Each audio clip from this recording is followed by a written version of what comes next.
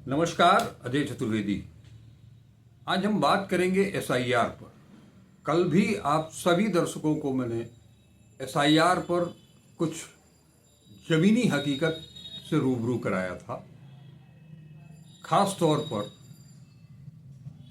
ये ऐसा अभियान शुरू किया है चुनाव आयोग ने भारत सरकार के निर्देश पर।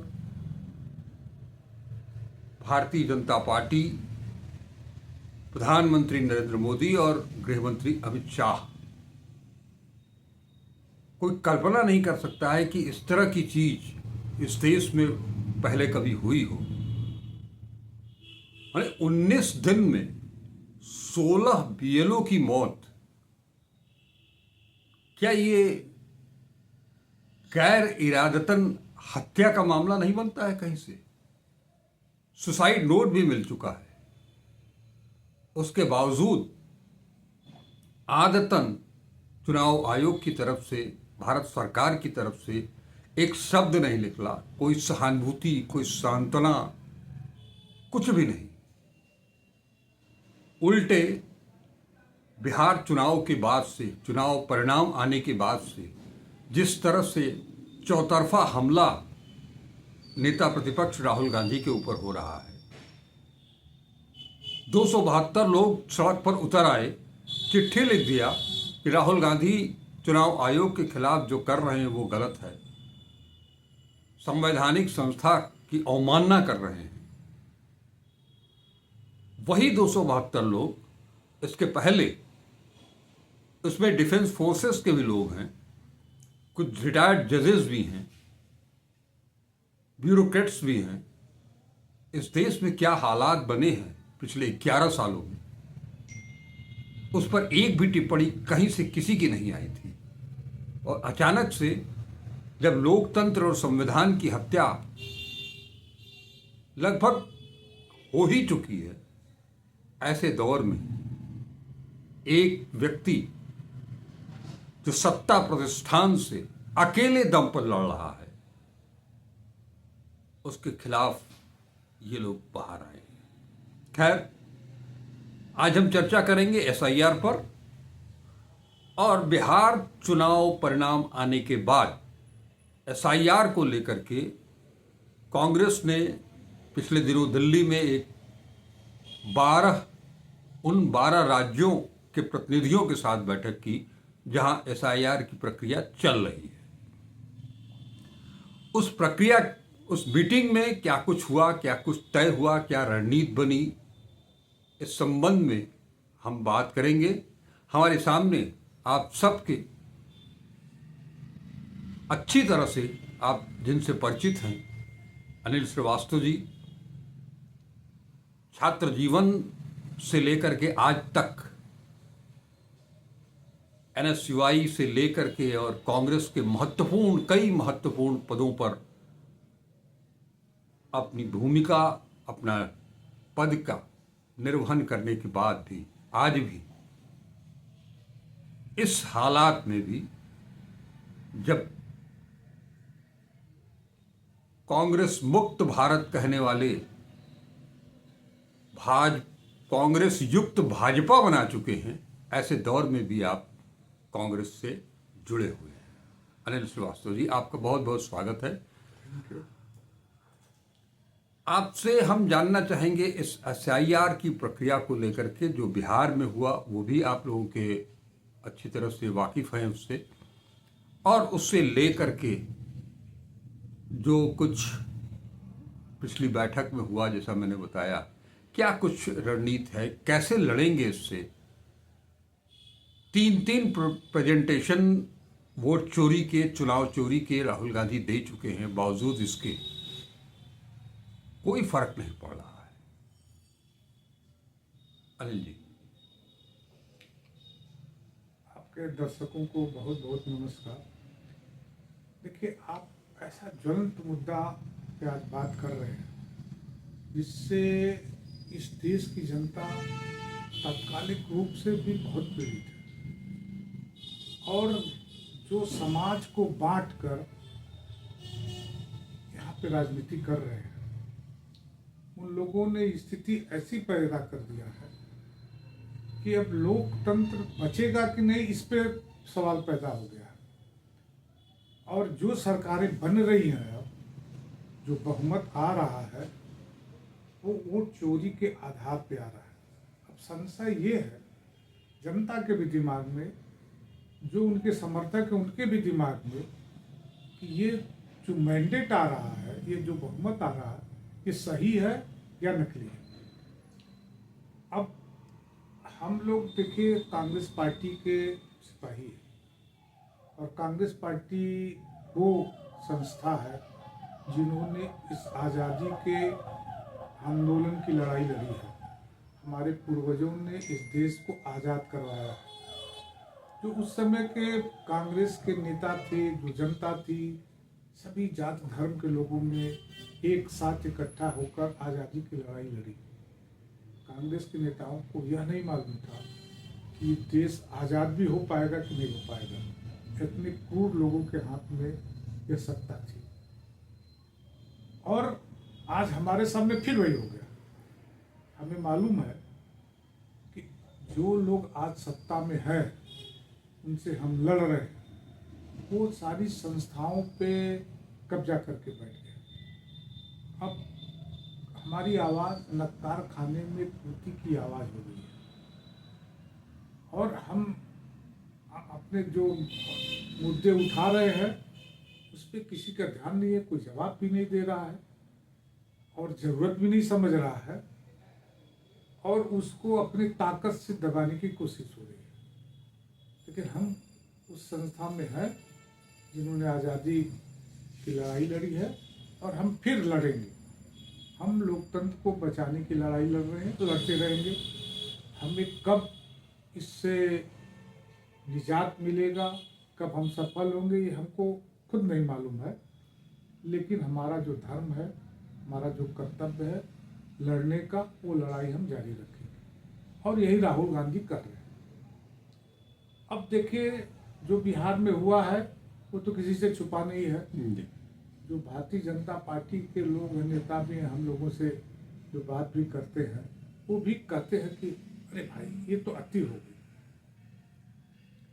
ठीक है, अति हो गई, फिर भी हम लड़ रहे हैं। हम पहले ही बता रहे थे कि ऐसा होगा, और ऐसा हो गया। अब बिहार में आप बताइए, एक बार इलेक्शन कमीशन ने SIR की प्रक्रिया पूरी होने के बाद जो फाइनल आंकड़ा दिया तो 7,42,00,000 समथिंग दिया, और जब वोट पड़ा तो उसके बाद वो घटाते बढ़ाते दे रहे हैं, 7,45,00,000 लोगों ने वोट दे दिया। 100% अगर वोट डाला उससे भी 3 लाख वोट ज़्यादा पड़ गया। अब इसके बाद वो कभी बोलते हैं 66% पोलिंग हुई, कभी बोलते हैं 67% पोलिंग हुई। अगर 67% भी पोलिंग हुई तो उसके आधार पे 5 करोड़ समथिंग लाख वोट पड़ना चाहिए। अब 7,45,00,000 पड़ गया। अब इस पर कौन बोलेगा, कौन जवाब देगा? और खुद से लोग बोलते हैं, जो हमारे सीनियर वकील लोग भी हैं वो भी बोलते हैं कि इस पे तो सुप्रीम कोर्ट को सुबो मोटो लेना चाहिए। अब नहीं ले रहे हैं तो इसमें हम क्या करें? हम भी जानते हैं कि आज सुप्रीम कोर्ट से हमें न्याय मिलने की उम्मीद नहीं है। लोग जा रहे हैं, लड़ रहे हैं, लेकिन जो एटीट्यूड है सुप्रीम कोर्ट का तो भी हम देख रहे हैं, जनता भी देख रही है। हमारा जो कर्तव्य है वो हम पूरा कर रहे हैं। हम इस लड़ाई को, जंग को हम संसद में लड़ेंगे, विधानसभाओं में लड़ेंगे, और उससे ज़्यादा सड़क पे लड़ेंगे। और अभी राहुल जी ने बुलाया था 12 स्टेट के उन इम्पॉर्टेंट लोगों, जहाँ पे SIR की प्रक्रिया चल रही है, वहाँ पे लोगों को बुलाया गया था। सारे इम्पॉर्टेंट नेता वहाँ पे आए थे, और हम लोग का अलग से उत्तर प्रदेश का भी एक हम लोग मीटिंग किए, तो उसमें भी हम लोगों ने हुआ कि इसको मजबूती से लड़ना है। तो ये हुआ है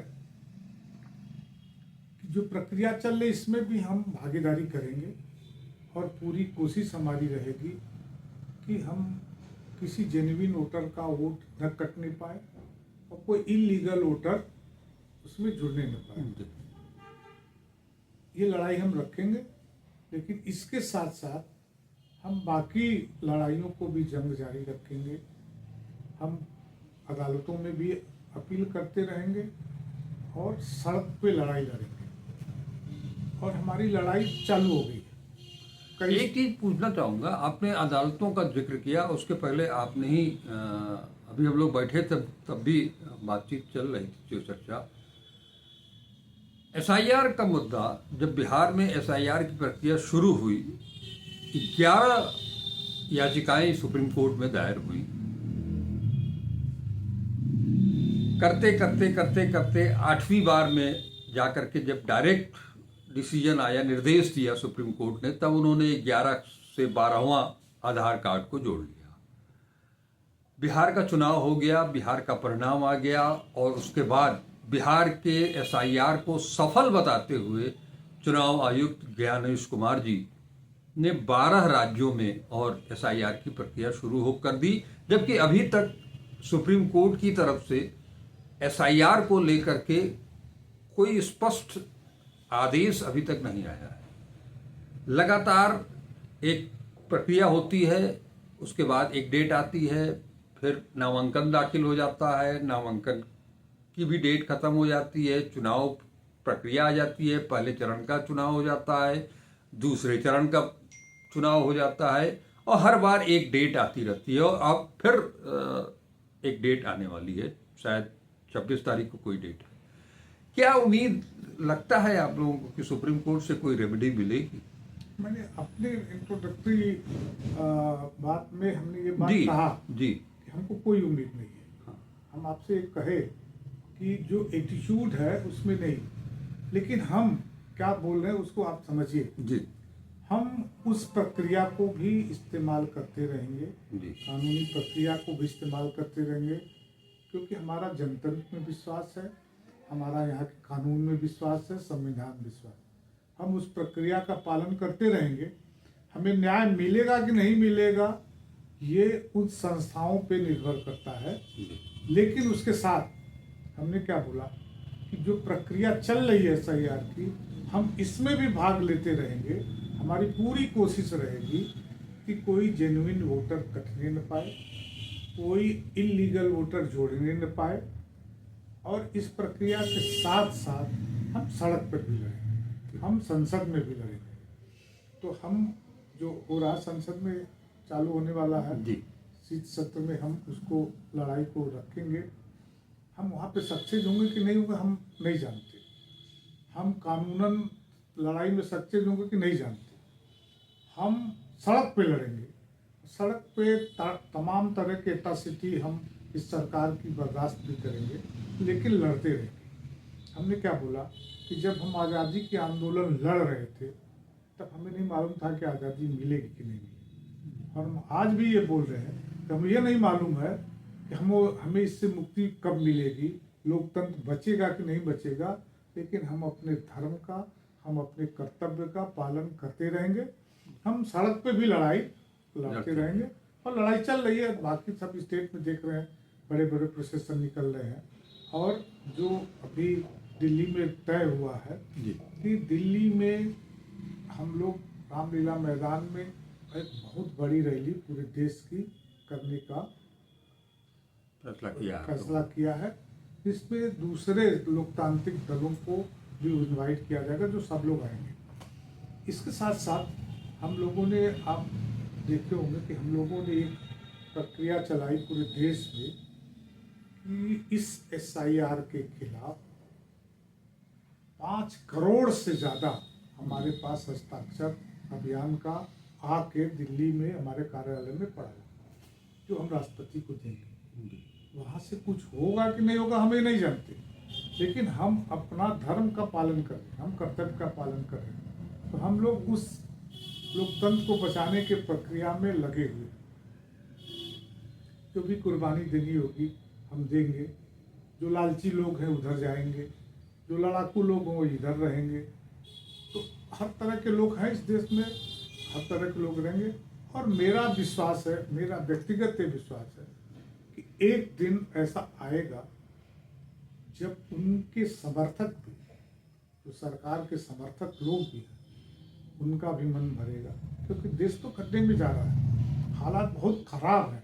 दुनिया में हमारी उपेक्षा शुरू हो गई है, हमें हिकारत की दृष्टि से देखा जा रहा है।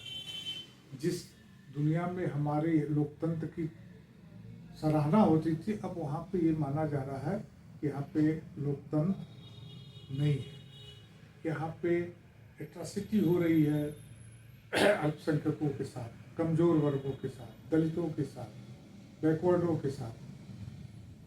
तो वो सब लोग देख रहे हैं, उसके वजह से हमको अब हिकारत की दृष्टि से देखा जाने लगा है। देखते हैं कब होगा, लेकिन हम अपना काम कर रहे हैं। इस एसआईआर की प्रक्रिया से, जैसे आपने बताया कि कानूनी प्रक्रिया आपकी जारी रहेगी, संसद में भी आप इस मुद्दे को उठाएंगे विपक्ष के साथ मिलजुल करके इंडिया गठबंधन के रूप में। हालांकि जो संसद में आपने कहा भी कि जो संसद की स्थिति है कि वहाँ इस मुद्दे पर विपक्ष को बोलने का मौका भी दिया जाएगा कि नहीं दिया जाएगा, वो एक अलग चीज़ है। वो लोकसभा अध्यक्ष और राज्यसभा के जो पीठासीन अधिकारी होंगे उनके ऊपर निर्भर करेगा।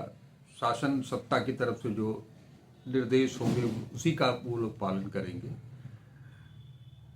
लेकिन सड़क पर जो कार्रवाई होनी चाहिए उसके लिए भी कुछ या एसआईआर की प्रक्रिया को आगे बढ़ाने के लिए उसके लिए भी कुछ आप लोगों ने है। हम लोग जो बीएलए हैं वो हम लोग अपॉइंट किए हुए, हर जिले में, हर डिस्ट्रिक्ट में, हर बूथ के लिए। कुछ जगह कमी होगी, हमारा संगठन कमजोर है, हम मानते हैं, लेकिन हम लगे हुए हैं, बाकी लोग भी लगे हुए हैं और लोगों के अंदर जागरूकता भी है, हमने देखा। तो हम लोग उस प्रक्रिया में भी लगे हुए हैं, कोशिश तो हमारी है। लेकिन हम आपको बताएं, ये बोल रहे हैं कि घर घर जाके भी लोग फॉर्म भरवाएंगे। जितनी इंफॉर्मेशन उसमें मांगे जा रहे हैं वो इंफॉर्मेशन लाना बड़ा मुश्किल काम है जी। हम आपको खुद अपना अनुभव बता रहे हैं। हम तो बहुत पहले से वोटर लिस्ट में है, 2003 के वोटर लिस्ट में भी थे हमारा परिवार का। हमारे यहाँ आज तक अभी बीएलओ कोई आया नहीं और हमने खुद भेज के अपना फॉर्म निकलवा के मंगवाया। तो हमारे परिवार में मेरा, मेरी पत्नी का, हमारे चाचा के लड़के का नाम 3 लोगों का है। बाकी लोग जो उस पर इंफॉर्मेशन मांगा गया है तो हम भर के अब फिर जाके जमा करवाए। मेरे पास बीएलओ नहीं है, लेकिन हम खुद कर रहे हैं। और मैं देख रहा हूँ कि बहुत से लोग छुट्टियाँ ले लेके भी आ रहे हैं अपना करवाने के लिए। और ये सबसे बड़ा खतरा ये है कि अभी ये जो करवा रहे हैं तो वोटर लिस्ट से नाम काटेंगे, इसके बाद बोलेंगे कि ये नागरिक नहीं है। उनको पता नहीं कहाँ ले जाएंगे, देश से ले जाके समुद्र में डाल देंगे कि दूसरे देश में फेंकेंगे। जिनका वोटर लिस्ट में नाम नहीं आएगा उनका नागरिकता संदिग्ध होगा, उनके साथ पता नहीं ये क्या करेंगे। तो अब हमको जो चल रही है प्रक्रिया, सरकारी प्रक्रिया बहुत घटिया है, बहुत असंतोषजनक है। लेकिन फिर भी उसी में लग के जो हो सकता हम लोग करने की कोशिश कर रहे हैं और जंग तो जारी रहेगा।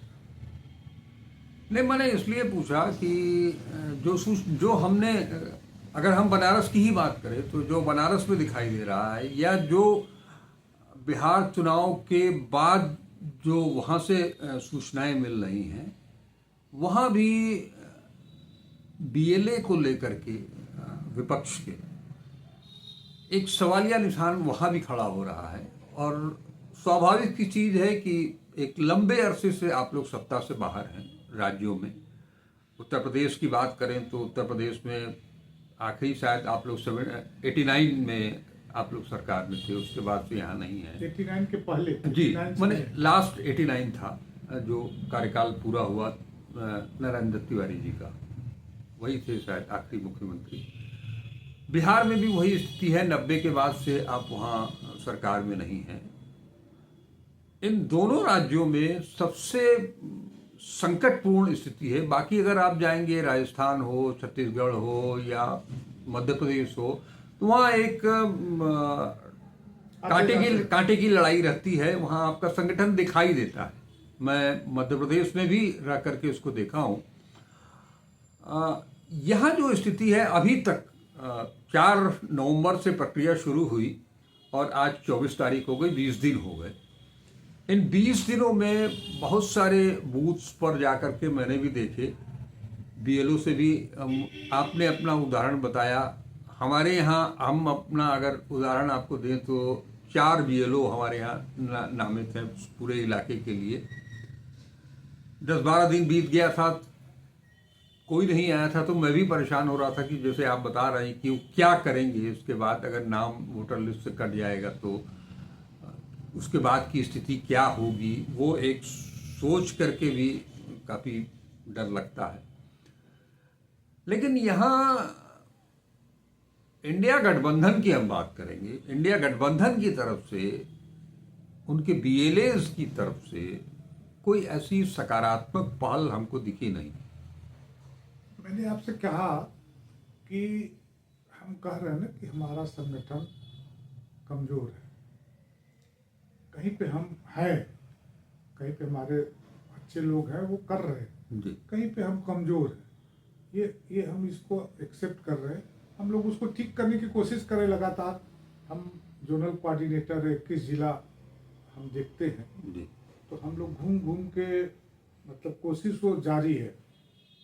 तो अभी भी जाने वाले हैं हम लोग, जाकर उसको बराबर समीक्षा करते रहते हैं, बैठकों को करके इंस्टिगेट करते हैं, कोशिश कर रहे हैं लोगों को प्रोत्साहित करके कि बने। तो हम क्या बोले कि जो वर्तमान परिस्थिति है उसमें सरकारी दबाव, जरा सा बोलिए उनके ऊपर केस कर देना, डाल देना, पीट देना, मार देना, सारे विपरीत परिस्थितियों में काम करना पड़ रहा है। लेकिन हम कर रहे हैं, जितना हम कर पाएंगे करेंगे और करते रहेंगे। एक न एक दिन तो इस देश की जनता, मेरा विश्वास है कि देश की जनता एक साथ सड़क पे खड़ी होगी। यह देश बहुत बड़ा है तो इसलिए छुटपुट जगह पे हो रहा, कहीं पे बहुत ज़्यादा हो रहा है, कहीं पे कम हो रहा। लड़ाइयाँ तो सब जगह चालू है और जिस दिन ये पूरा देश में एक साथ शुरू हो गया फिर इन लोगों को भागने की जगह नहीं मिलेगी। और ये मेरा विश्वास है कि ये होगा एक दिन। नहीं, उसी से जुड़ा हुआ मैंने दोनों चीज़ें कही कि भाई सत्ता से बहुत लंबे समय से आप बाहर हैं और दूसरी चीज़ ये कि ये करंट सत्ता में हैं। अभी 2024 के लोकसभा इलेक्शन के पहले जो एक सुप्रीम कोर्ट का डिसीजन आया जिसके चलते जो है वो जो चुनावी चंदे का मामला था उसको असंवैधानिक घोषित किया गया। बावजूद इसके जितना चंदा, जितना पैसा बीजेपी को मिल चुका था उस प्रक्रिया को असंवैधानिक जरूर ठहराया गया, लेकिन उसके बाद आगे की कोई कार्रवाई नहीं हुई। लिहाजा आप केवल सत्ता से ही दूर नहीं हैं, आर्थिक तंत्र भी जो होना चाहिए वो भी आपको नहीं मिल पा रहा है उस ढंग से। हमारे अकाउंट पे पार्लियामेंट के दौरान ही सीज कर दिए गए, फ्रीज कर दिए जी। और कोशिश ये हो रही है कि हमको कोई सहयोग न करना जी। हम क्या बोले, हम बहुत विपरीत परिस्थिति में लड़ रहे हैं लेकिन लड़ रहे हैं और लड़ेंगे। क्या उम्मीद की जाए? उम्मीद तो यही है कि हम क्या कर रहे हैं। उम्मीद ये है कि हमको ये नहीं मालूम है कि हम कब सफल होंगे, लेकिन सफल तो जरूर होंगे। जब हम इस देश को आज़ाद करवाने में सफल हो गए विदेशी ताकतों से, तो ये तो अपने लोग हैं, इनसे हम लड़ रहे हैं, इनसे भी सफल होंगे। जो 12, आप तो उस मीटिंग में भी रहे होंगे, उन 12 राज्यों का फीडबैक आपने भी सुना होगा। क्या फीडबैक रहा है? फीडबैक यही है कि कहीं पे बहुत काम हुआ। अब आप समझिए कर्नाटका से 1.5 करोड़ के आसपास साइन कंपेनिंग करके आया। इससे ज़्यादा तमिलनाडु से आया, जहाँ हमारा संगठन कमजोर है, जी हम किसी के साथ हैं वहाँ पे, उससे ज़्यादा वहाँ से है। तो आप एक बात समझिए कि है, महाराष्ट्र में भी हो रहा है लड़ाई, और आप समझिए हरियाणा में लड़ाई चालू है, महाराष्ट्र में लड़ाई चालू है, और मध्य प्रदेश में चालू है, उत्तर प्रदेश में भी चालू है। यहाँ पे भी दिखने लगेगा आपको कुछ दिनों में। उत्तर प्रदेश से कितने होंगे फॉर्म इस तरह के? लगभग हाँ, यहाँ पे हम लोगों ने 50 लाख का टारगेट रखा था, जी। और इतना लगभग आ गया, उससे ज़्यादा ही आया। दिसंबर के पहले सप्ताह में आप लोग रैली करने के लिए जा रहे हैं। हाँ। उस रामलीला मैदान में, क्योंकि पॉलिटिकली बहुत, जैसे बिहार में आप गांधी मैदान को कहते हैं, उस तरह से दिल्ली में अगर रामलीला मैदान को लिया जाए, ये जो सरकार इस समय चल रही है वो भी रामलीला मैदान में जो अन्ना आंदोलन हुआ, उसके बाद की जो प्रक्रियाएं थी, उसके बाद वो वहीं से उपज करके ये भी आए हैं। निश्चित तौर पर हम लोग उम्मीद करेंगे, इसकी अभी कोई डेट फाइनल नहीं हुई। डेट नहीं फाइनल हुई है, अब सब जगह से बातचीत करके डेट फाइनल होगी, और बहुत रोकने की कोशिश होगी, सारे हथकंडे अपनाए जाएंगे, लेकिन मैं आपको बोल रहा हूँ कि रामलीला मैदान भरेगा, और उसके बाहर तक ओवरफ्लो करेगा। जनता में रोष बहुत है, कि फर्जी मैंडेट दिख रहा है, उसका भी रोष है लोगों के अंदर, तो होगा। आप देखिएगा, इस देश में हमेशा क्रांति हुई है, इस देश में राजा महाराजाओं के खिलाफ होता था क्रांति, उनको हटा दिया देती थी जनता। जनता बड़ी महान है, और जनता जब जागरूक हो जाएगी तो उसके सामने कोई नहीं टिक सकता। एक चीज, जैसे कि SIR आप लोग तो जो आंदोलन कर रहे हैं पूरा इंडिया गठबंधन मिल करके, उसके अलावा ये जो प्रक्रिया, बिहार को छोड़ दीजिए, बिहार में तो ऐसी कोई अप्रिय घटना नहीं हुई थी, लेकिन इन 12 राज्यों में से 6 राज्यों में, जिसमें उत्तर प्रदेश तो नहीं है अभी तक, उन 6 राज्यों में जो 19 दिन में 16 BLOs की मौत हुई है, बहुत से BLOs लापता बताए जा रहे हैं, कुछ BLO अस्पताल में भर्ती हैं, हार्ट अटैक उनको आया था, इसका भी कुछ असर पड़ेगा क्या? जो आप आम जनता की बात कर रहे हैं उसके लिए जनता में असर पड़ेगा। आप जैसे बोले ना कि बिहार में बहुत अप्रिय घटना नहीं हुई, हमारे सामने लाया नहीं गया। आज आप देखिए ना, सारा मीडिया का तंत्र कहाँ पे है, सब कब्जा है। ऐसी बहुत चीज वहां पे भी दुर्घटनाएं हुई है। भाई आप देखिए, वहां मंत्रियों को दौड़ा दौड़ा के जनता मार रही थी, विधायकों को मार रही थी, और क्या हत्या नहीं हुई? हाँ, तो मोकामा की घटना सामने, समझिए, वहां पर भी BLO प्रेशर में थे, उनके ऊपर भी दबाव था, और वहां पे जो प्रक्रिया हुई है बैठ के बना दिया गया, और जो दिया गया था उसके अलावा, मतलब वोट जोड़ दिया गया, लाखों वोट जो आया, कि बताइए इतना आया है, उसके बाद लाखों वोट जोड़ दिया गया। तो समस्या क्या है कि हम जो देंगे, हमको हमारी लिमिट है, हमारे जो BLA है उनको 10 से ज़्यादा नहीं देना, और ये सब जब प्रक्रिया पूरी हो जाएगी तो उनकी एक लिस्ट आएगी जो जोड़ दिया जाएगा, लाखों की लिस्ट। और मैं आपको बताऊं, मैं तो चुनाव लड़ता रहा हूं, मैं आपको बोला, ये लगातार प्रक्रिया चल रही है कि लोगों के घरों में 100 वोट, 200 वोट फर्जी बने हुए। चुनाव के दौरान हम लोग देखते हैं, उसका हम कुछ कर नहीं सकते, है बहुत खराब स्थिति। जनतंत्र के ये विकृत रूप है। देखिए क्या होता है। आखिर इसका कोई इलाज है?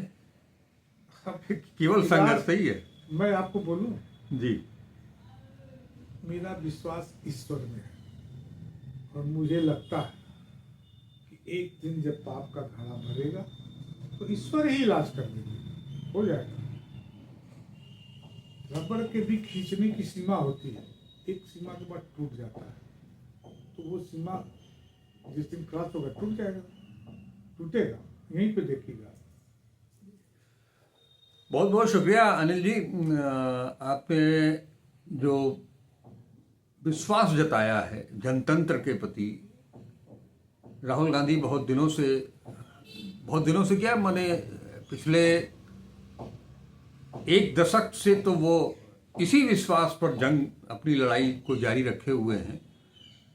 पूरा इंडिया गठबंधन, कभी कभी ऐसा लगता है कि इंडिया गठबंधन भी थोड़ा इधर उधर जाने की कोशिश कर रहा है। कुछ आवाज़ें उठने लगती हैं, कभी पश्चिम बंगाल से, कभी तमिलनाडु से, कभी अन्य राज्यों से भी।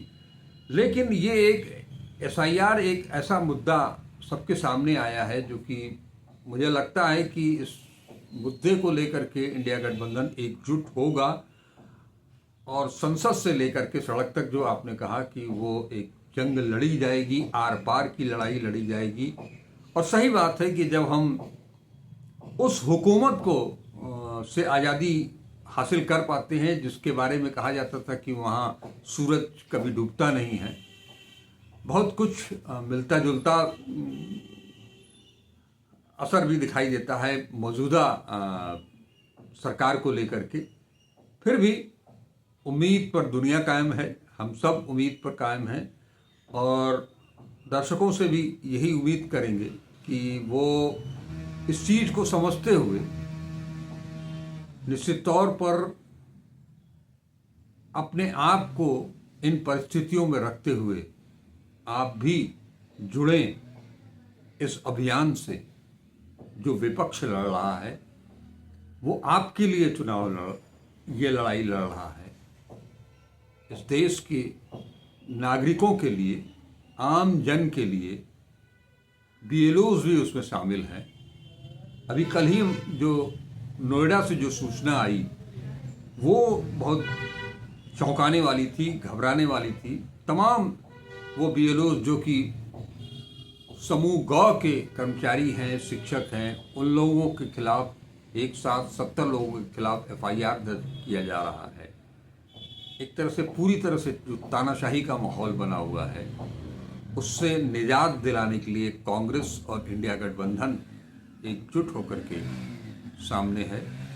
उम्मीद करते हैं आज नहीं, 2 दिन के बाद, 4 दिन के बाद इसका परिणाम जरूर सामने आएगा और बड़ी मशक्क़त से, बड़ी शिद्दत से लड़ाई लड़ने के बाद जो आज़ादी मिली है वो आज़ादी अक्षुण्ण रहे, यही कोशिश इंडिया गठबंधन की तरफ से हो रही है। बहुत बहुत शुक्रिया अनिल जी। बहुत बहुत धन्यवाद। आप सभी दर्शकों को भी हमारा बहुत बहुत आभार। नमस्कार। अजय चतुर्वेदी।